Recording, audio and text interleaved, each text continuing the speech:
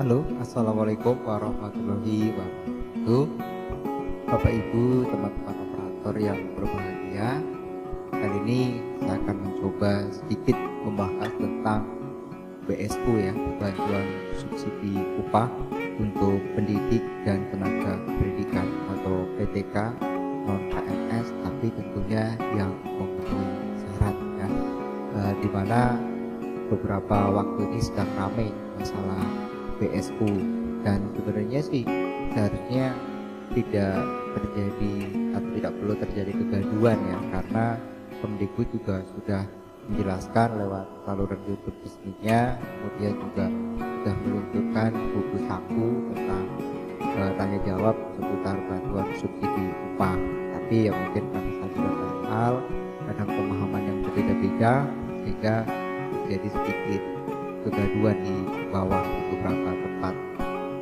Satu hal yang perlu kami tegaskan di sini bahwa sesuai dengan informasi dan juga hal yang kami tahu di lapangan, itu banyak beredar file Excel yang katanya diklaim, ya, sekali lagi ini banyak beredar di media sosial melalui WhatsApp ataupun jejaring medsos yang lain, file Excel yang diklaim oleh beberapa orang itu katanya adalah daftar penerima BSU.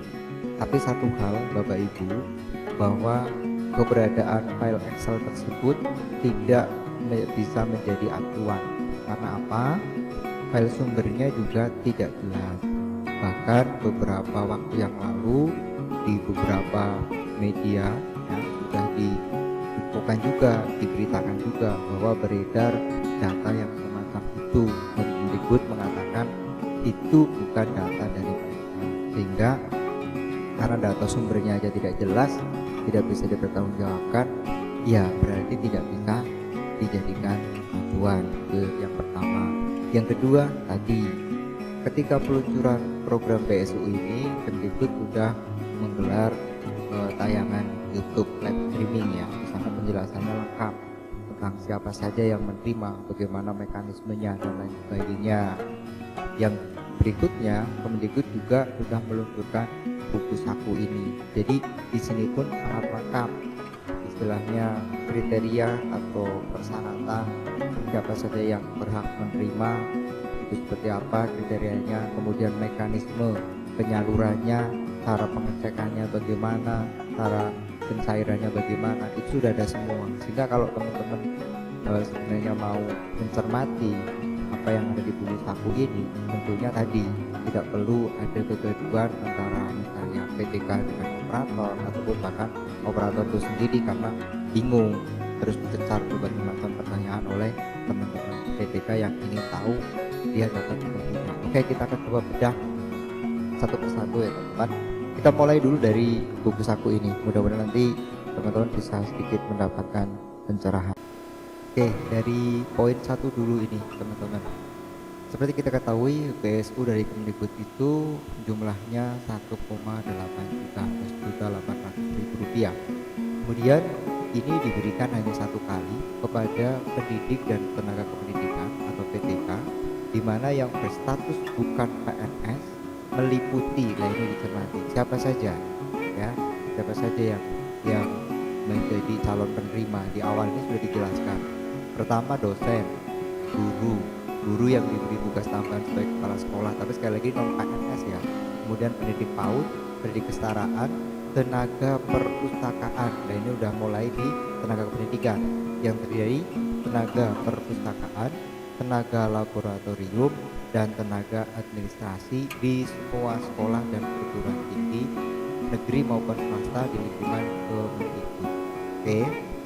Nah di sini kalau untuk guru itu saya kira sudah jelas ya, guru yang bertugas sebagai kepala sekolah yang mungkin non PNS gitu ya. Kemudian di sini untuk tenaga administrasi atau yang tenaga pendidikan ini mohon dicermati hanya untuk ini ya, tenaga perpustakaan, kemudian tenaga laboratorium, dan tenaga administrasi. Jadi selain itu ya tidak ya, walaupun statusnya non PNS tapi bukan tenaga perpustakaan, bukan tenaga laboratorium, bukan tenaga administrasi. Contoh apa? statusnya penjaga sekolah, statusnya tukang kebun. Nah, dalam buku ini tidak masuk dalam kategori itu. Ini baru secara umum dulu ya.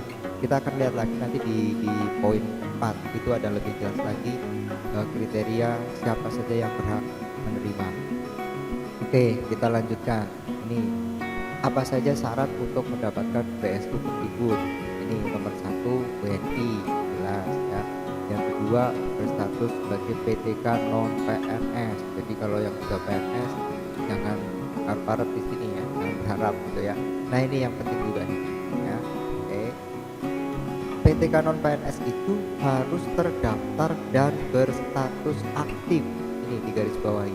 Terdaftar dan berstatus aktif dalam Dapodik atau PD Dikti per 30 Juni 2020.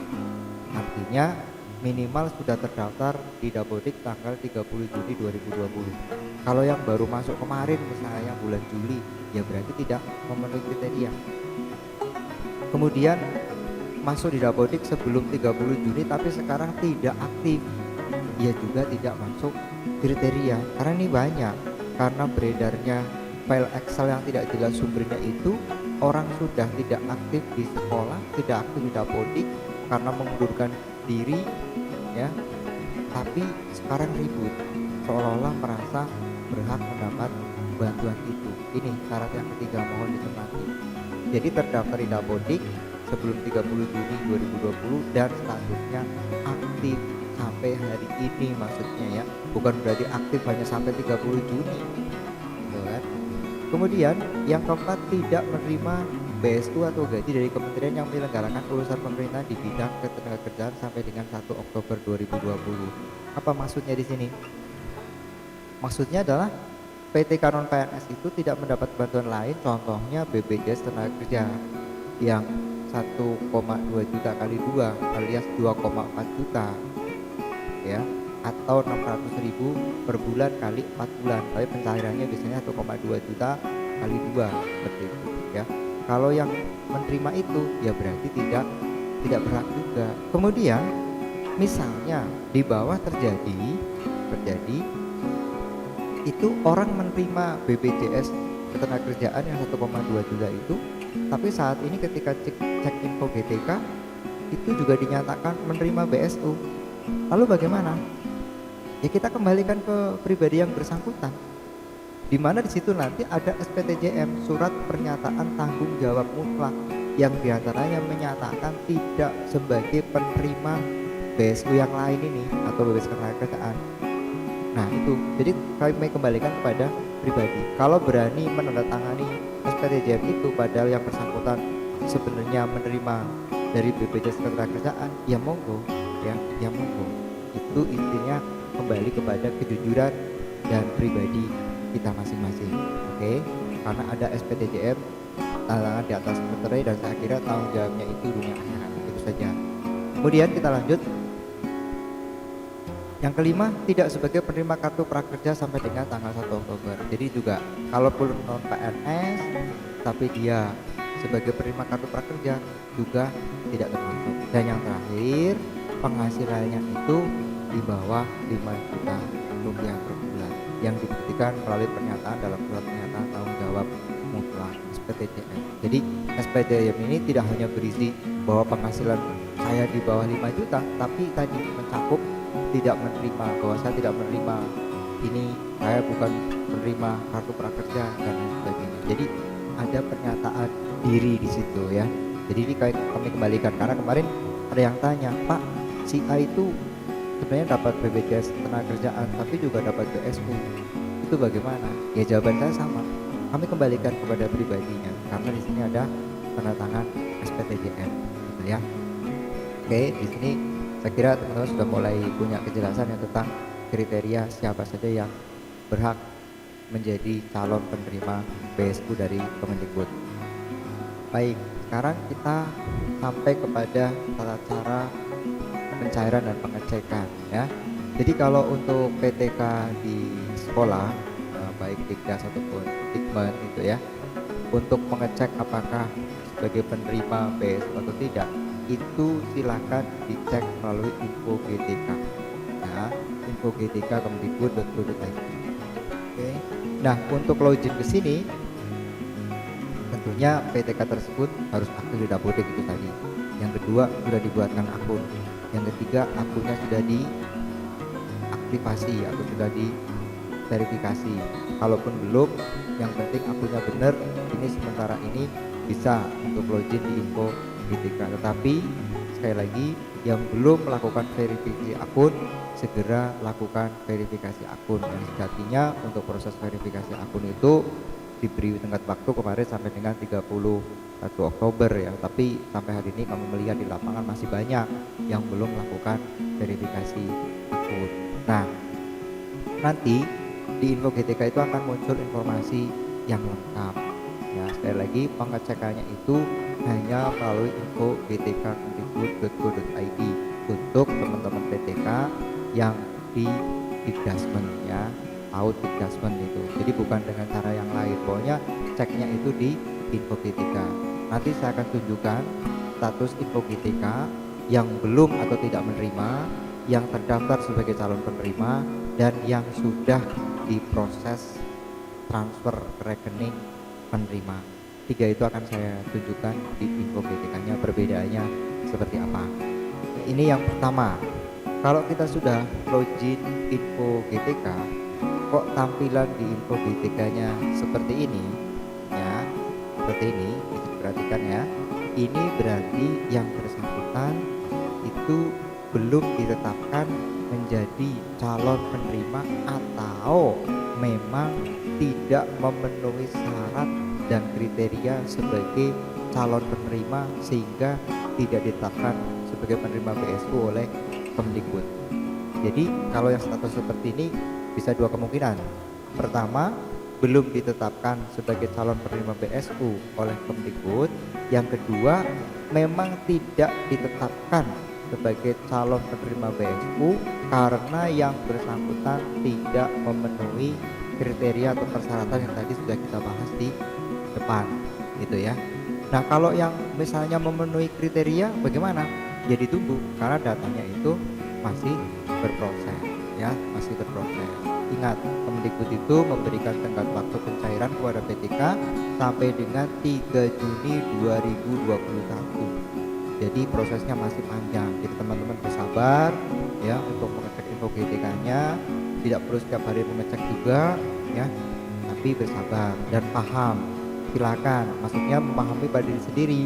Saya termasuk kategori yang memenuhi syarat apa tidak, seperti itu ya. Jadi sekali lagi, kalau posisi info GTK seperti ini tadi kemungkinan dua hal: belum ditetapkan karena masih berproses, atau memang tidak ditetapkan karena tidak memenuhi kriteria atau persyaratan.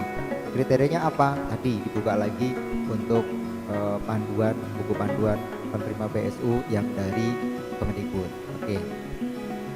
Selanjutnya ini, kalau ngecek info GTK munculnya seperti ini. Nih dibaca coba. Anda termasuk dalam nominasi. Lah, artinya nominasi ini berarti kan baru masuk dalam daftar. Ya, baru masuk dalam daftar. Ini. Jadi kalau statusnya seperti ini belum cair. Ya, baru masuk nominasi. Dari mana kita tahu belum cair? Kita akan lihat ke bawah nanti. Di bawah seperti apa ya. Jadi kalau sudah ada tulisan seperti ini, bersabar kembali ya, berarti PTK yang bersangkutan itu masuk dalam nominasi penerima BSU, tapi proses pentransferan ke rekeningnya itu masih berlangsung atau sedang diproses. Jadi belum cair nih kalau baru ada seperti ini ya. Buktinya apa? Kita akan lihat ke bawah untuk membuktikan bahwa baru status seperti ini artinya dananya belum ditransfer ke rekening. Karena dana belum ditransfer ke rekening, ya belum bisa dicairkan. Kemudian kapan ditransfernya? Ya bersabar saja ya, bersabar saja. Kita nggak bisa menyampaikan hitungan hari 1, 2, 3 hari atau 1 minggu ya. Jadi bersabar saja.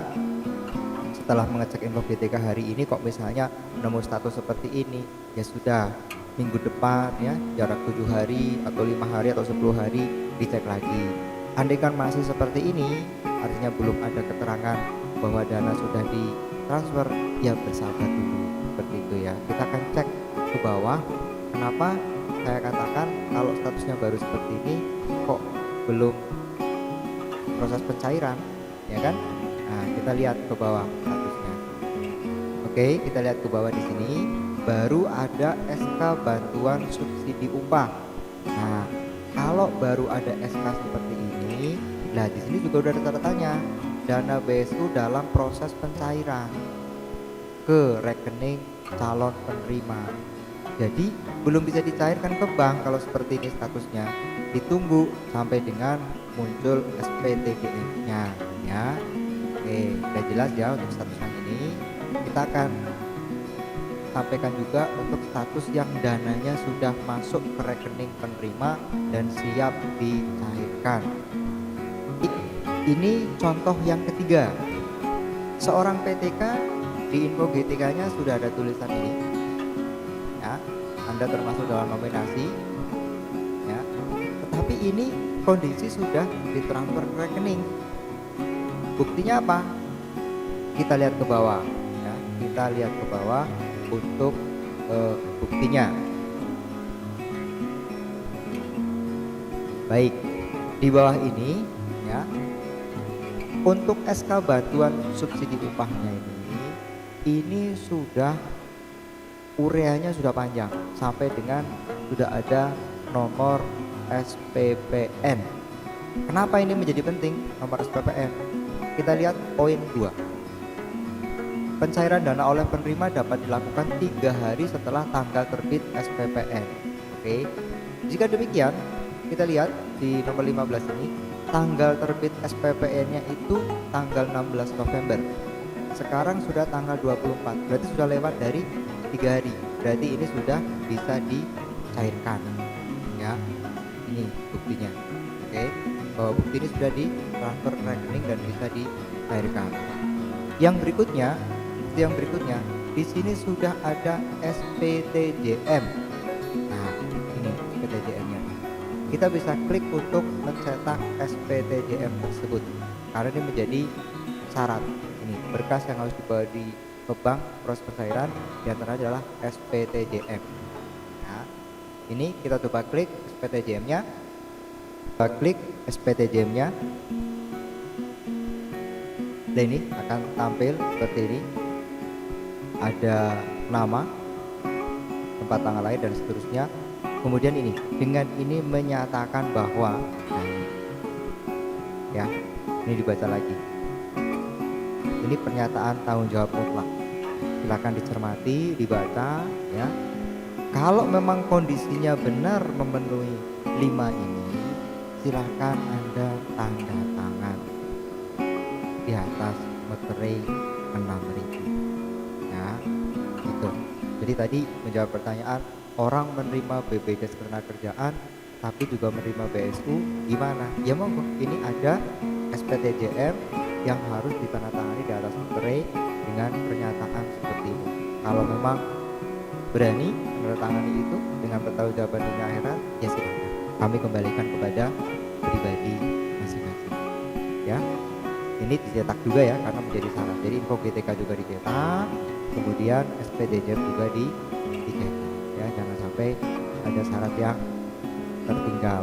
Ya, ini ingat syaratnya untuk pencairan ke bank ada 5 ini.